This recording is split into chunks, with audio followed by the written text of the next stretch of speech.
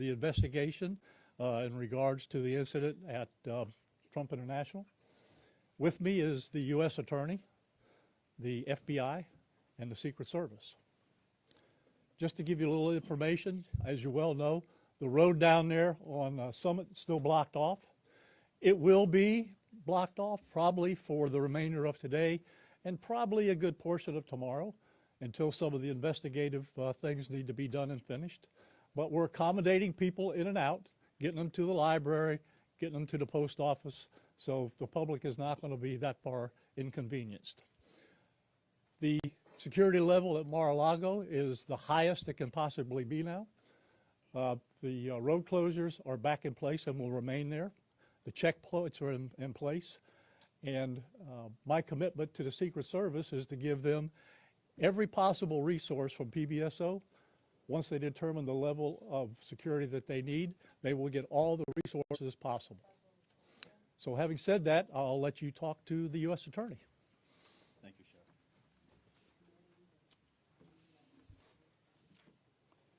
Good afternoon.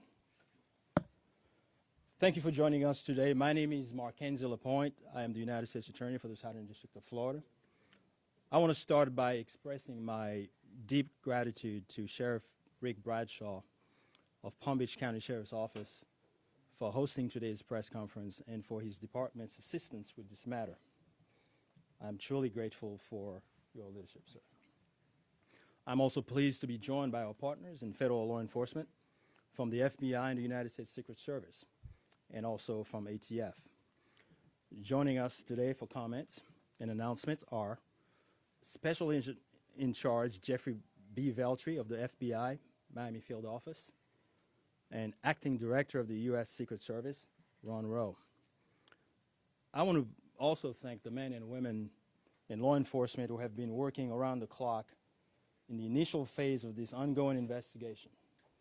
Our partners include federal and local authorities who effectuated the apprehension of the defendant and have aided in ensuring federal charges were filed against him this morning. We're here to announce that Ryan Wesley Routh, 58 years old, of Hawaii, has been charged by a criminal complaint in the Southern District of Florida with firearms offenses related to an incident which occurred yesterday at Trump International Golf Course right here in West Palm Beach. Routh was charged federally with possession of a firearm by a convicted felon and possession and receipt of a firearm with an obliterated serial number.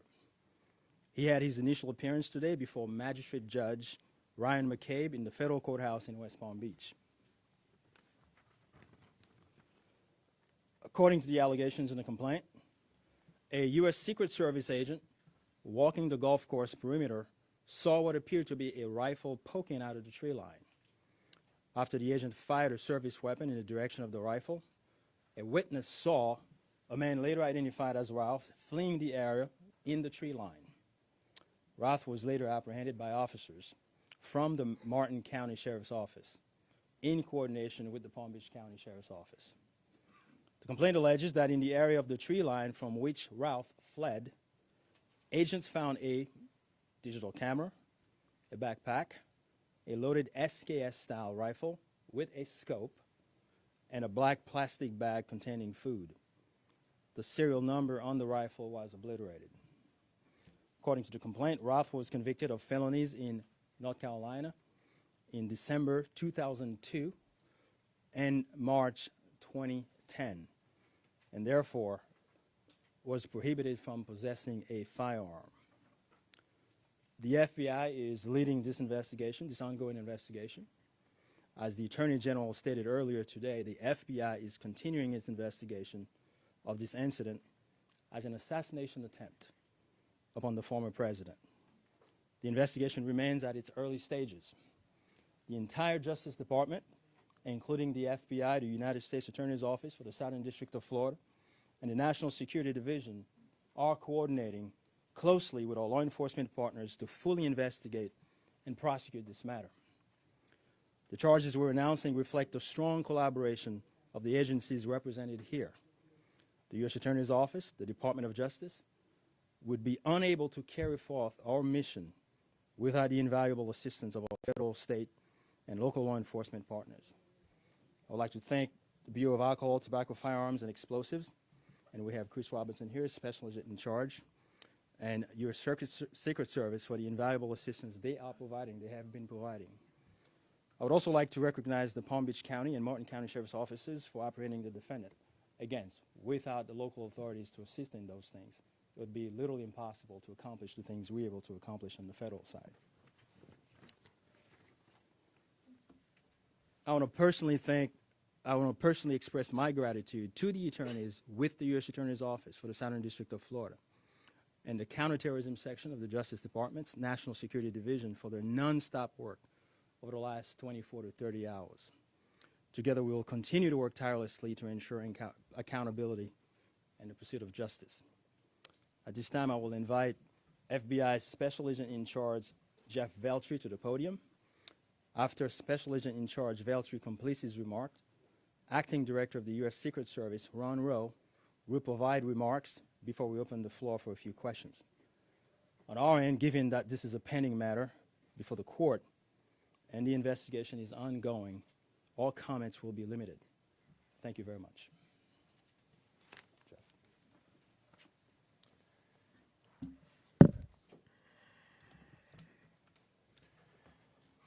Good afternoon.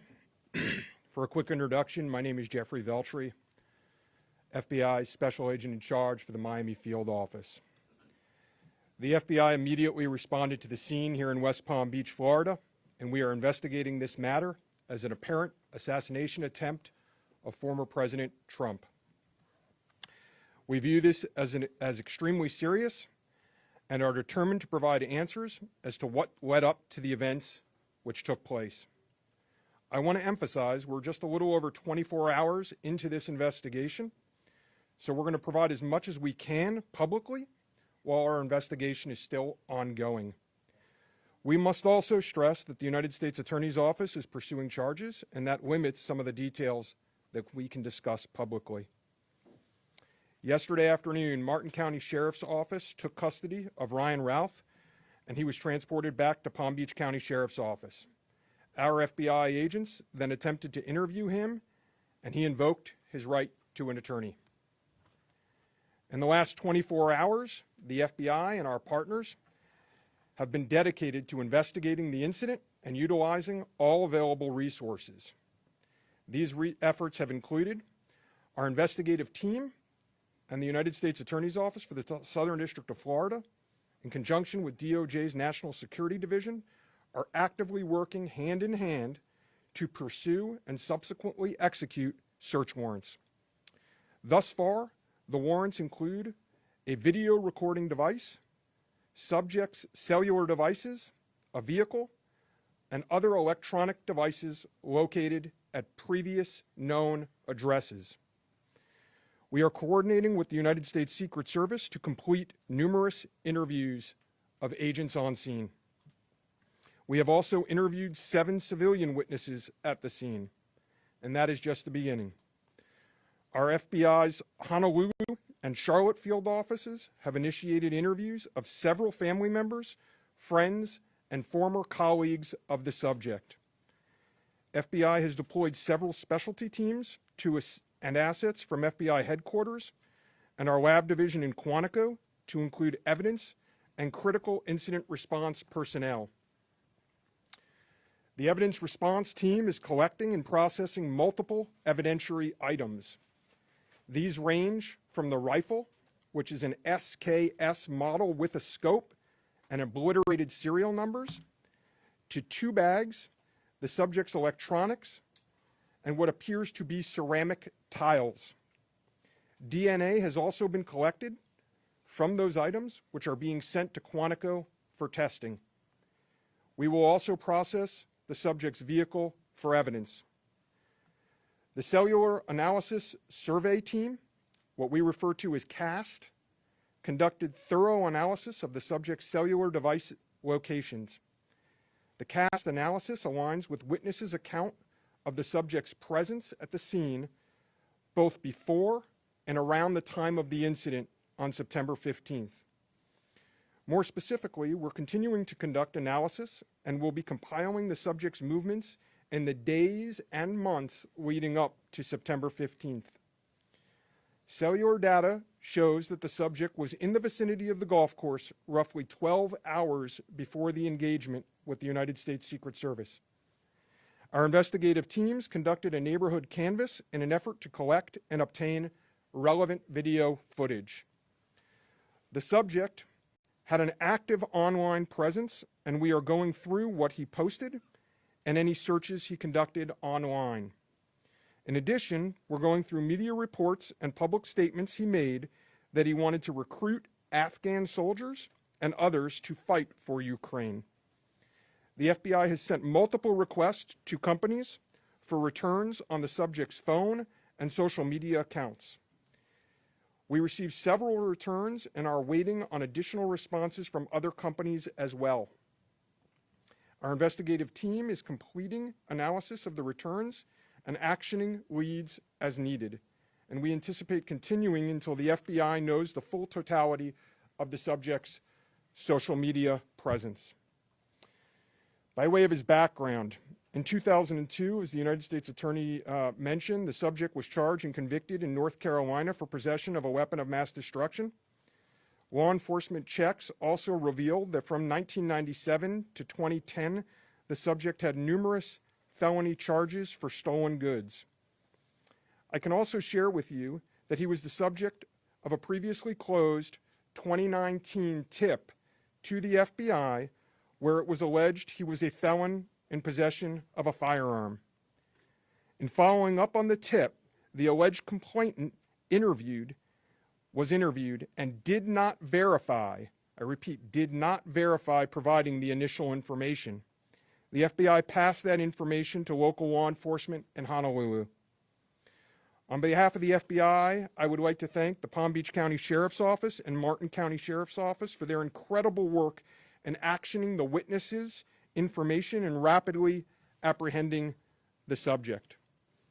I would also like to thank the United States Secret Service, the United States Attorney's Office for the Southern District of Florida, the Department of Justice's National Security Division, the Bureau of Alcohol, Tobacco, Firearms, and Explosives, and our FBI field offices in both Honolulu and Charlotte, who have been conducting additional law enforcement activity related to the subject. Your continued partnerships have been invaluable. Oftentimes in law enforcement, we tell citizens to be vigilant and aware of their surroundings. Yesterday, a citizen provided remarkable assistance, which led to the arrest of this subject. We appreciate the public's diligence in passing potential tips and information regarding the subject and this incident to the FBI. If you have any information, please call 1-800-CALL-FBI or go online to tips, that's tips.fbi.gov. With that, let me turn it over to the United States Secret Service Acting Director, Ron Rowe. Good afternoon, everybody. Yesterday afternoon, this country was reminded of the heightened and dynamic threat environment that the United States Secret Service and its protectees face on a daily basis. Immediately following the assassination attempt of former President Donald J. Trump on July 13th, the Secret Service moved to increase assets to an already enhanced security posture for the former president. In the days that followed, President Biden made it clear that he wanted the highest levels of protection for former President Trump and for Vice President Harris. The Secret Service moved to sustain increases in assets and the level of protection sought. And those things were in place yesterday. At approximately 1:30 p.m., former President Trump was playing golf during an off-the-record movement to the Trump International Golf Course. A Secret Service advance agent supporting the front edge of the agency's layered approach to protection encountered an individual attempting to secrete himself in the wood line. This happened, the alleged gunman was on the public side of the fence near the 6th green. A layered approach of security is integral to the Secret Service's protective methodologies, and it's also the key to our success. As former President Trump was moving through the 5th fairway across the course and out of sight of the 6th green, The agent, who was visually sweeping the area of the 6th screen, saw the subject armed with what he perceived to be a rifle and immediately discharged his firearm. The subject, who did not have line of sight to the former president, fled the scene. He did not fire or get off any shots at our agent. With reports of gunfire, the former president's close protection detail immediately evacuated the president to a safe location. The protective methodologies of the Secret Service were effective yesterday. The former president's protective apparatus allowed for the early identification of the threat and led to a safe evacuation. The increased assets directed by President Biden were in place yesterday. These included the counter-sniper team elements, counter-surveillance agents on the exterior, counter-assault teams partnered with local tactical assets from the Palm Beach County Sheriff's Office, and counter-unmanned aerial system elements. All of these entities were present yesterday. And while all of these assets were in place, as I've said publicly, we must satisfy the basic requirements of the Secret Service's protective methodologies. In partnership with local law enforcement, we did just that. And the agents' hypervigilance and the detailed swift action was textbook. And I commend them and our partners for an exemplary response in keeping former President Trump safe. And I will tell you, having served in local law enforcement in Palm Beach County, I can state that I am tremendously impressed and appreciative for all of the efforts of the Palm Beach County Sheriff's Office and Sheriff Snyder with the Martin County Sheriff's Office. But what was critical to this was the quick reaction, the response, the hypervigilance of the men and women of the United States Secret Service, who since July 13th have been rising to meet an unprecedented and hyper-dynamic threat environment. And they are rising to this moment, and I could not be more proud of them and the way they have executed, not only yesterday, but what they're doing today and what they are doing tomorrow and what they will always do because it is their duty. Thank you. Okay. All right. Well, go slow here, folks. All right. Don't everybody do it at once. Ask who you want to answer the question, and then give the question. I have a question for you, Director. Is there any evidence to suggest that the suspect knew that Donald Trump would be on the golf course at that time? And was the golf course searched thoroughly before the former president's arrival?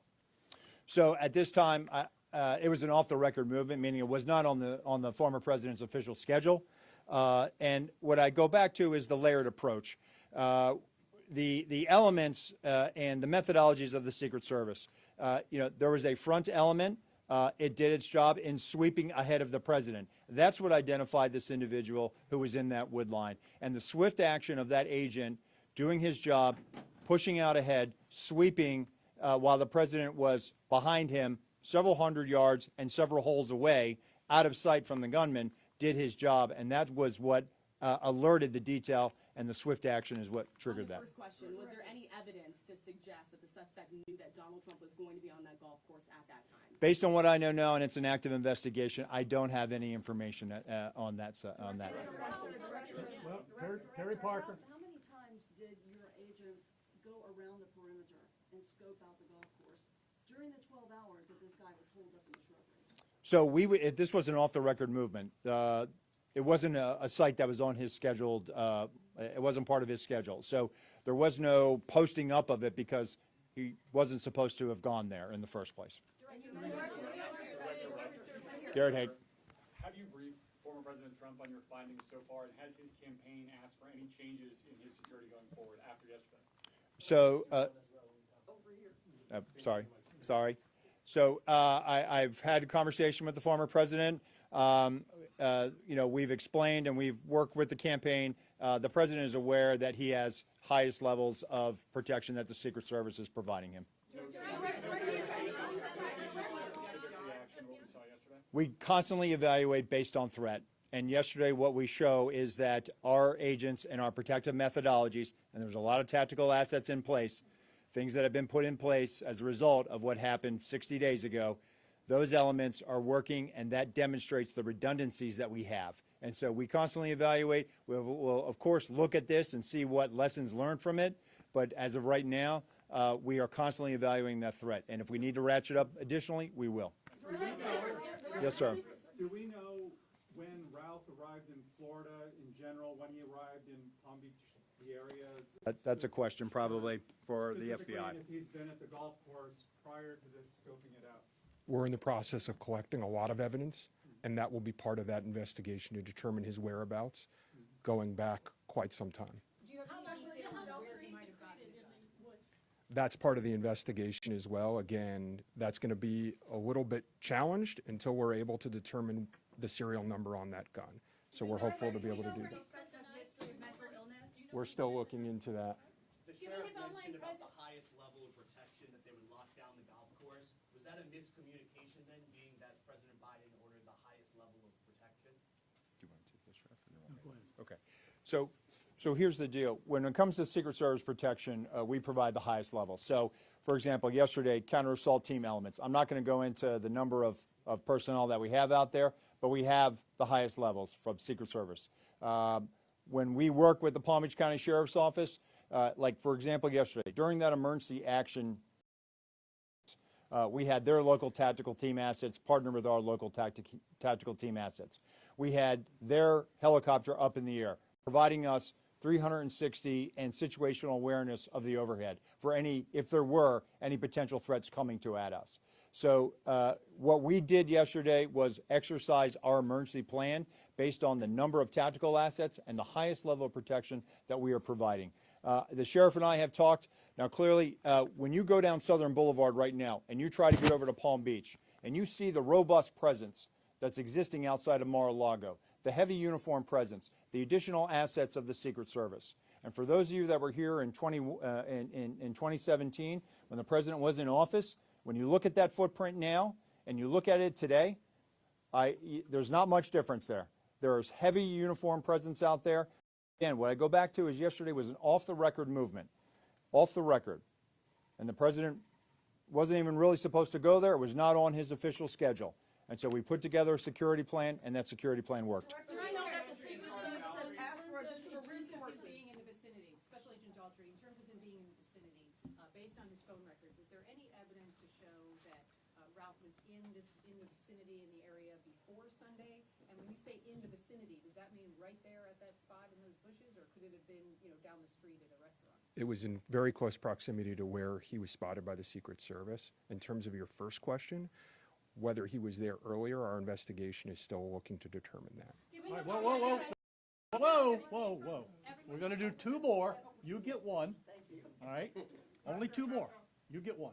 Okay, we understand that the Secret Service has asked Congress for additional resources since the Butler rally. Have you received those resources yet? So thank you for that question. So we are working. Look, the Secret Service operates under a paradox of zero-fail mission, but also that we have done more with less for decades. And this goes back many, many, many, many decades, right? What I can tell you is that we have immediate needs right now, and we have great support, not only from President Biden, and you saw his public statement today, where he said that, he's going to direct his staff to make sure that the Secret Service has the resources it needs. We're having fantastic conversations with members of Congress. I've been up to the Hill last week. We are continuing to have those conversations, but the long and short of it is this. Coming out of Butler, I have ordered a paradigm shift. The Secret Service's protective methodologies work, and they are sound, and we saw that yesterday. But the way we are positioned right now in this dynamic threat environment, it has given me guidance to say, you know what, we need to look at what our protective methodology is. We need to get out of a reactive model and get to a readiness model. There could be another geopolitical event that could put the United States into a kinetic conflict or some other issue that may result in additional responsibilities and protectees of the United States Secret Service. And so we are working, we are making information available to all of our partners. And I just want to say that the commitment of Congress to the Secret Service throughout the years has been tremendous. And we will continue to work with them and Secretary Mayorkas, whose support in making sure that we're getting what we need has been phenomenal. He is one of our biggest champions and our advocate. And so we're having these conversations, and I feel confident that we will get what we need. We have immediate needs. We have future needs, too. I need to make sure that our counter snipers are the best trained counter snipers in the world, that they are exactly doing what we need them to do, and that they match counterparts in the military, in Tier 1 forces. And right now, we are working with Congress to make sure that we get those for our training facility. We also have a necessary need to make sure that we're getting the personnel that we have. And that requires us to be able to have the funding to be able to hire more people. You can't just give me money and say, hey, we're going to make sure that everybody gets overtime. Because the men and women of the Secret Service right now, we are redlining them. And they are rising to this moment, and they are meeting the challenges right now. And if you look back at their body of work over the last 60 days, the Republican National Convention in Milwaukee, the Republican National Convention in Chicago, a visit of Prime Minister Netanyahu to Washington, D.C., and to West Palm Beach, which Palm Beach County Sheriff's Office supported. And then we go into the presidential debate in Philadelphia last week. And for those in the media that have been to a national special security event, if you saw the National Constitution Center last week, what you saw was pretty much a mini national special security event with the number of assets that were on that perimeter. And so our folks are rising to this moment, but it requires all of us to be able to have good conversations and make sure that we're getting the Secret Service where it needs to be. And I'm confident that we will achieve that because we don't have an alternative. Success, we have to have it every day. We cannot have failures. And in order to do that, we're going to have some hard conversations with Congress, and we're going to achieve that. Last question, one more. The special agent in charge of the FBI, Yes, sir. did he act alone? Did he have some kind of help? At this point, we're still exploring that, investigating that. Our investigation will determine that. We do not have information that he's been acting with anyone else at present. Do we know how long he's been in Florida when he arrived? Oh, you snuck one in there. At this point, a question. Our investigation is still determining that. Thank you. All right. Anyhow, nope, that's it. We're not gonna do any more. All right, you got a lot of information there. The last thing I will tell you is, like the director of the Secret Service says, you know, the president called me last night, President Trump. He thanked me for everything that we did along with the Secret Service. He knows we work great together, and he feels safe. That's important because he is. And what we did yesterday proves that the system can work because the suspect didn't even get close to getting a round off, and we apprehended him and brought him to justice. So we're very, very proud of that. Thank you, folks, for being here. I appreciate it. Sheriff, one more time for the record. How do you pronounce his last name, Sheriff? Is it Ruth or Ralph? I've heard both. I say Ralph, but you say tomato, I say tomato.